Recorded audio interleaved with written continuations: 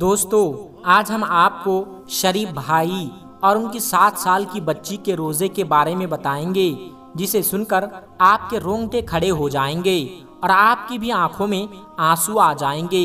आप इस वीडियो को लाइक करें या ना करें, आपकी मर्जी है, लेकिन इसे आखिर तक जरूर देखिएगा। दोस्तों, शरीफ भाई एक बड़े से बंगले में माली थे और वहां पर काम किया करते थे। एक बार वो काम पर जा रहे थे तो उनकी 7 साल की बेटी कहने लगी कि अब्बा, मेरा भी रोजा है और आज अफ्तारी में आप वही लेकर आएंगे जो मैं कहूंगी। शरीफ भाई अपनी 7 साल की बेटी की आवाज सुनकर रुक गए और बेचैनी से पीछे मुड़कर अपनी बेटी को देखा और फिर अपनी बीवी को देखने लगे। बेटी ने कहा, मुझे अफ्तारी में बिरयानी खानी है और रायता और सलाद भी होना चाहिए और समोसे और पकोड़े भी, और बस इतना ही।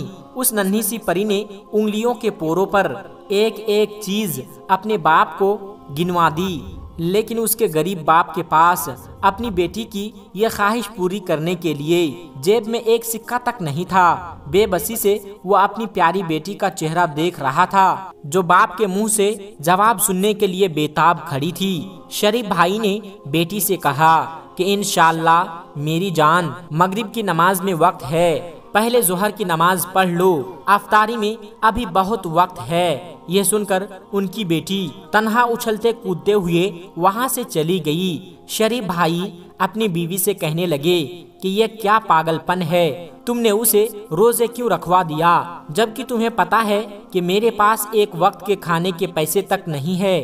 कहां से लाऊं मैं उनके लिए अफ्तारी? अगर नहीं लाऊंगा तो उस बच्ची का दिल टूट जाएगा, ये नाराज हो जाएगी। यह सुनकर बीवी ने कहा कि हाँ, तो क्या फर्क पड़ता है उसका रोजा रखने या ना रखने से, सारा दिन उस बच्ची का रोजा ही तो होता है।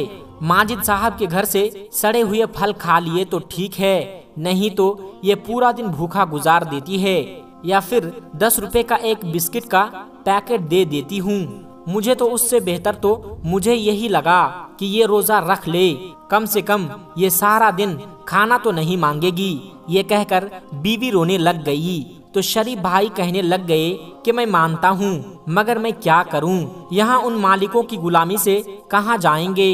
यहाँ काम करते हैं तो सर छुपाने के लिए छत और एक वक्त की रोटी मिलती है, वरना किराए के घर में जाऊंगी तो एक वक्त की रोटी के लिए पैसे कमाऊंगी या फिर किराए के लिए पैसे कमाऊंगी। उसके बाद शरीफ भाई ने कहा, अच्छा अब रोना बंद कर दो, छोड़ो, इस पूरी दुनिया को हमारे लिए सिर्फ और सिर्फ हमारा रब ही काफी है, जो उन लोगों को इतना माल और दौलत दे सकता है। वह परवरदिगार हमें भी 2 वक्त की रोटी दे सकता है। ये सुनकर बीवी आंसू पोंछते हुए कहने लगी कि शरीफ, आपकी यही बात दिल को सुकून पहुंचाती है। शरीफ भाई ने कहा, ठीक है, मैं जाता हूँ, शाम को मालिक से पैसे मांग लूंगा। उन्होंने दे दिए तो अपने गुड़िया के लिए अफ्तारी में उनकी मनपसंद की चीजें ले आऊंगा। ये कहकर वो चले गए। असर की नमाज पढ़ने के बाद शरीफ भाई सीधा अपनी मालकिन के पास आए, जो बड़ी सी LCD पर कोई शो देख रही थी। शरीफ भाई को देखते ही मालकिन शुरू हो गई और कहने लगी, क्या ये सारा काम हो गया? बाकी हालत चंद दिन पहले मैंने देखी थी, बहुत बुरी थी, मगर मैं आज देखकर आई हूँ, कुछ बेहतरी नजर आ रही है। काम चोरी के बजाय मेहनत किया करो, नहीं तो और भी लोग हैं, मैं किसी और को रख लूंगी। तो शरीफ भाई कहने लगे, नहीं, मैं बहुत मेहनत कर रहा हूँ, खुदारा ऐसा मत करो। शरीफ भाई तो वहाँ से निकल जाने का सोच कर भी कांप जाते थे। उस घर की 4 दीवारी से निकलकर कहाँ जाऊंगा, वो सर झुकाए खड़े हुए थे। तो मालकिन कहने लगी, अब जाओ यहाँ से, यहाँ क्यों खड़े हो गए हो? तो शरीफ भाई कहने लगे, बेगम साहिबा, मेरी बेटी सना का रोजा है, आपको तो पता ही है, मैं और मेरी बीवी आपकी तरफ से मिलने वाली अफ्तारी से ही रोजा खोलते हैं, मगर वो पहले रोजे की खुशी में उसने मुझसे कुछ फरमाइश की है, उसे अफ्तारी में उसकी मनपसंद की चीजें चाहिए, मगर बेगम साहिबा मेरे जेब में 1 रुपए तक नहीं है, इसलिए मेहरबानी करके मुझे कुछ पैसे दे दो। तो मैं अपनी बेटी के लिए अभी उन्होंने इतना ही कहा था कि मालकिन उनकी बातों को बीच में काटते हुए कहने लगी कि तुम एक काम क्यों नहीं करते, तुम यहाँ आकर हमारे बंगले में ही रहने लगो और हम तुम्हारा सारा काम भी कर दिया करेंगे, और जो एक कमरा तुम्हें रहने के लिए दिया है वो हम रह लेंगे। अब की बार मालकिन के लहजे में बदतमीजी का भी असर था। वो कहने लगी कि जब देखो इस काम के लिए पैसे चाहिए, इस काम के लिए पैसे चाहिए। अगर बेटी की अफ्तारी के लिए तुम्हारे पास पैसे नहीं थे तो उसे रोजा क्यों रखवा दिया? आप ही उसे पानी पिलवा कर रोजा खुलवा दो। अगर बेटी का रोजा रख हम पर एहसान मत करो।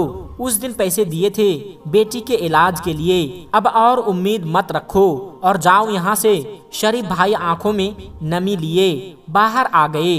मालकिन गुस्से से सर झुड़कती हुई वापस सोफे में जाकर बैठ गई और शो देखने लगी। शरीफ भाई वहां से आने के बाद बेहद उदास थे, लेकिन उन्होंने अपनी बेटी को प्यार से समझाने की कोशिश की। बेटी ने कहा कि बाबा, आज आप मेरे लिए अफ्तारी में वो सब कुछ लेकर नहीं आए जो मैंने आपसे कहा था।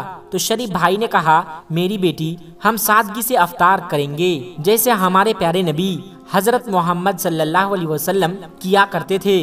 प्यारे नबी सल्लल्लाहु अलैहि वसल्लम का नाम सुनते ही खुशी और तजस्सुस से चमक उठी। वो झूमे कि बाबा, क्या सच में हमारे प्यारे नबी सल्लल्लाहु अलैहि वसल्लम सादगी से इफ्तार किया करते थे और क्या क्या खाते थे अफ्तारी में? बेटी के चेहरे की चमक देखकर माँ भी मुस्कुराने लगी। शरीफ भाई ने अपनी बेटी से कहा, जी मेरी बेटी, हमारे प्यारे नबी सल्लल्लाहु अलैहि वसल्लम बिल्कुल सादगी के साथ सहरी और अफ्तारी किया करते थे। खाने में उनकी मनपसंद चीज खजूर थी और उसके अलावा उनको जो भी मिल जाता अल्लाह का लाख लाख शुक्र अदा करते हुए बाखुशी खा लेते थे। बल्कि कई बार तो हमारे प्यारे नबी हजरत मोहम्मद सल्लल्लाहु अलैहि वसल्लम अफ्तारी में सिर्फ खजूर ही खा लिया करते थे और कई बार भूखे रह जाते, लेकिन कभी नाशुक्री नहीं करते बल्कि अल्लाह की शुक्रगुजारी करते रहते। बाप की बातें सुनते हुए बेटी सना मुस्कुरा रही थी। वो कहने लगी, ठीक है बाबा, मैं भी आज सादगी के साथ रोजा खोलूंगी और अल्लाह पाक का शुक्र अदा करूंगी। शरीफ भाई ने उसकी बातें सुनते हुए गहरा सांस लिया और यह सुनकर अपनी लाडली बेटी का माथा चूमा।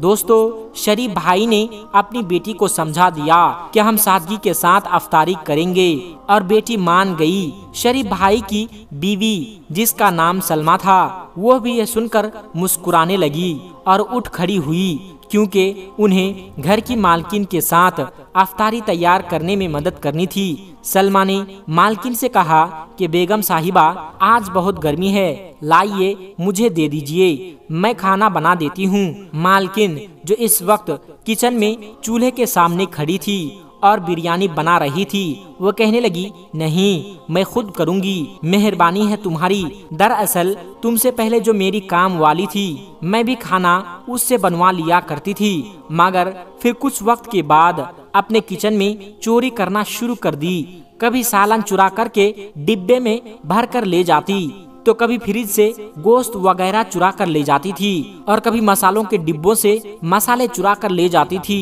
बस मैंने फिर काम से निकाल दिया। उस दिन के बाद से मैं किसी पर भी भरोसा नहीं करती हूँ, खाना खुद ही बनाती हूँ। सलमा उसकी बात अच्छे से समझ गई और उसे उसके हाल पर छोड़ती हुई वहाँ से निकल आई। बिरयानी बनाते वक्त अचानक मालकिन का मोबाइल बजा और वो जो बिरयानी को दम पर रखने वाली थी, उसे वैसा का वैसा छोड़कर मोबाइल पर बात करते हुए बाहर निकल आई और यहाँ से वहाँ टहलते हुए बात करने लगी और इस बात से अनजान हो गई कि किचन में चूल्हे पर रखी हुई बिरयानी डेगची में छत से छिपकली गिर चुकी थी।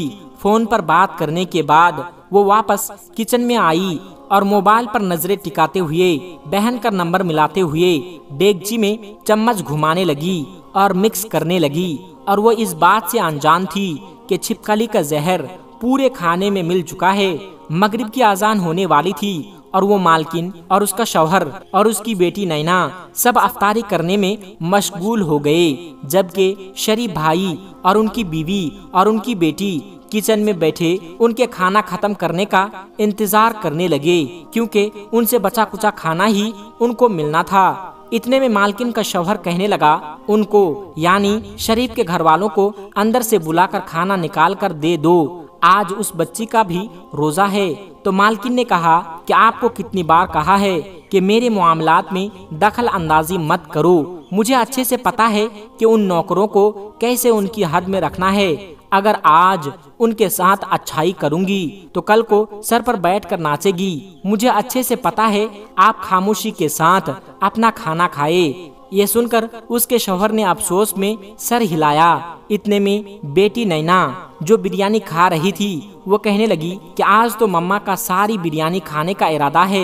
यह सुनकर मालकिन ने अपनी बेटी की तरफ देखा जो पूरी प्लेट बिरयानी खा चुकी थी। तो मालकिन ने कहा, सलमा अंदर से और बिरयानी लेकर आऊं मेरी जान के लिए। मालकिन की आवाज पर सलमा ने जैसे ही डेगची का ढक्कन खोलकर उसे चम्मच से हिलाया तो उसकी आंखें फटी की फटी रह गई। डेगची के अंदर एक छिपकली मरी हुई पड़ी थी। वो उसका ढक्कन जमीन पर फेंकती हुई बाहर आई और बाहर आकर देखा तो मालकिन की बेटी नैना अपने गले को दोनों हाथों से पकड़े हुए अम्मा को पुकार रही थी और उसके मुंह से जाग निकल रहे थे।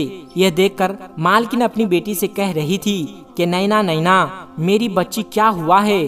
तमाम नौकर जमा हो गए। सलमा ने कहा, बेगम साहिबा बिरयानी के डेगची में छिपकली मरी हुई है। सलमा की बातें सुनकर उसे ऐसा लगा कि उनके पैरों तले जमीन खिसक गई हो। मालकिन के शौहर ने वक्त को खराब किए बगैर अपनी बेटी को गोद में उठाया और वो सब उनको अस्पताल की तरफ लेकर भागे जहां नैना का मैदा वास किया गया। डॉक्टर्स का कहना था कि उसकी हालत अभी भी खतरे में है। रोते रोते दोबारा मालकिन बेहोश हो चुकी थी जिसे सलमा संभाल रही थी। नैना के कमरे के बाहर 7 साल की बच्ची सना बैठी हुई थी और उसकी सेहत के लिए अल्लाह से दुआ मांग रही थी, जबकि शरीफ भाई मालकिन के शौहर के साथ भाग दौड़ करने में लगे हुए थे। मालकिन ने डॉक्टर से कहा कि डॉक्टर साहब मेरी बेटी कैसी है। तो डॉक्टर ने कहा, सच बोले तो जब आप लोग उसको यहाँ लेकर आए थे तो उनकी हालत देखकर लग रहा था कि उनका बच पाना मुश्किल है, लेकिन पता नहीं कैसे वो खतरे से बाहर है। बहुत मुबारक हो। यह कहकर डॉक्टर वहाँ से चला गया, जबकि मालकिन रोते हुए सजदे में गिर पड़ी। तो उसका शौहर कहने लगा कि आज कैसे तुम्हें अपनी बेटी की तकलीफ महसूस हो रही है। देखा ना औलाद की तकलीफ कैसे इंसान को बेचैन और बेबस बना देती है। मगर तुम्हें क्या, तुम्हें तो सिर्फ अपनी बेटी की तकलीफ महसूस होती है। उस बच्ची को देखो जो कमरे के बाहर बैठी हुई सूखे लबों के साथ बिना अफ्तारी किए तुम्हारी बेटी के लिए दुआ मांग रही है। ये वही बच्ची है जिसके बाप ने आज अफ्तारी के लिए तुमसे पैसे मांगे थे। ये वही बच्ची है जो तुम्हारी अफ्तारी का इंतजार कर रही थी ताकि तुम्हारा पेट भरने के बाद वो अपनी भूख को मिटा सके। लेकिन तुम्हें क्या, तुम्हें तो खुदा का खौफ बिल्कुल नहीं आता। उन पर ऐसा जुल्म करते हुए जैसी तकलीफ आज तुम्हें होती है, ऐसी ही तकलीफ आज शरीफ भाई और सलमा भाई को अपनी बेटी को भूखा देखकर हुई होगी। जब तुम अल्लाह के बंदों पर रहम करोगे तो अल्लाह तबारक व तआला तुम पर रहम करेगा। अल्लाह के बंदों को तकलीफ पहुंचाओगी तो खुद भी तकलीफ सहने के लिए तैयार रहना। मुझे लगता है कि शायद अल्लाह तबारक व तआला ने उस बच्ची की दुआ सुन ली जो रात के इस पहर में भी बिना रोजा खोले भूखी प्यासी अपने रब से तुम्हारी बेटी के लिए दुआएं मांग रही है। मालकिन जमीन पर सख्ते की हालत में बैठी रही। उसका दिमाग सुन्न हो चुका था। जबकि यह सब बातें हुई, आंखों के साथ रोते हुए दीवार से टेक लगाए शरीफ भाई और उनकी बीवी सलमा भी सुन रहे थे। 15 मिनट सख्ते के अंदाज में बैठने के बाद वो वहाँ से उठी और बेजान होते हुए कदमों को घसीटते हुए 7 साल की सना के पास आई जो कमरे के बाहर दोनों हाथ दुआ के लिए उठाए बैठी थी और कह रही थी कि नैना ठीक हो जाएगी। ये सुनकर मालकिन कहने लगी कि बेटी मुझे माफ कर दो, मैं बहुत जालिम हूँ, मेरे किए गए जुल्म के लिए माफ कर दो। सना को अचानक सीने से लगाए हुए मालकिन एक बार फिर से रो पड़ी। तो सलमा कहने लगी कि बेगम साहिबा जी आप क्यों ये कह रही है, आपको माफी मांगने की कोई जरूरत नहीं। इतनी देर में मालकिन का शौहर भी वहाँ पहुँच गया और कहने लगा कि ये देखो सना बेटी, मैं आपके लिए क्या क्या लेकर आया हूँ। सना की आंखों में चमक आ गई और सना कहने लगी क्या है अंकल इसमें। तो उसने कहा कि इसमें अफ्तारी है, ये देखो बिरयानी, शरबत, पकोड़े, समोसे, सब कुछ है। अपने सामने पड़ी ज्यादा चीजों को देखकर सना की भूख जाग उठी। वो मालकिन की तरफ देखकर कहने लगी कि यह सब मेरे लिए है। तो मालकिन ने कहा कि हाँ मेरी जान, यह सब कुछ आपके लिए है। अब आपको खाने से कोई मना नहीं करेगा।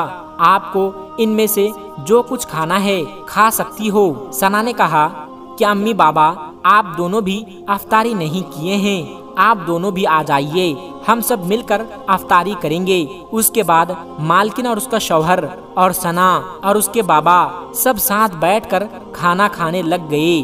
दोस्तों, एक बात हमेशा याद रखें कि रमजान के महीने में बहुत सारे गरीब इंसान ऐसे होते हैं कि उनके पास अफ्तारी के लिए कुछ भी नहीं होता, लेकिन वो दूसरों के सामने हाथ नहीं फैलाते। इसलिए दोस्तों, उम्मते मुस्लिमा के लिए ये बहुत ही ज्यादा जरूरी है कि कम से कम रमजान के महीने में ज्यादा से ज्यादा सदका व खैरात किया करें। इससे आपके मालो दौलत घटेगी नहीं, बल्कि इसमें अल्लाह तबारक व तआला और बरकत अता करेगा। दोस्तों, आज की वीडियो में बस इतना ही। मिलते हैं एक फिर नई वीडियो के साथ। तब तक आप अपना और अपनों का बहुत ज्यादा ख्याल रखिएगा। अस्सलामु अलैकुम व रहमतुल्लाहि व बरकातुहू।